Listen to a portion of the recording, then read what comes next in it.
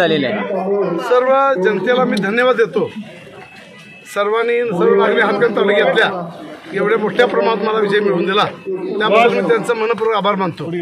आपल्या युती शासनानं आपल्या महाराष्ट्राचे लाडके मुख्यमंत्री माननीय शिंदे साहेबांनी, अजितदादा पवार उपमुख्यमंत्री आणि आमचे देवेंद्र फडणवीस साहेबांनी जे प्रचंड काम केलं या राज्यामध्ये 2.5 वर्षामध्ये, ते संपूर्ण योजना त्या समाजातल्या तळागाळावर लोकांना राबवल्या।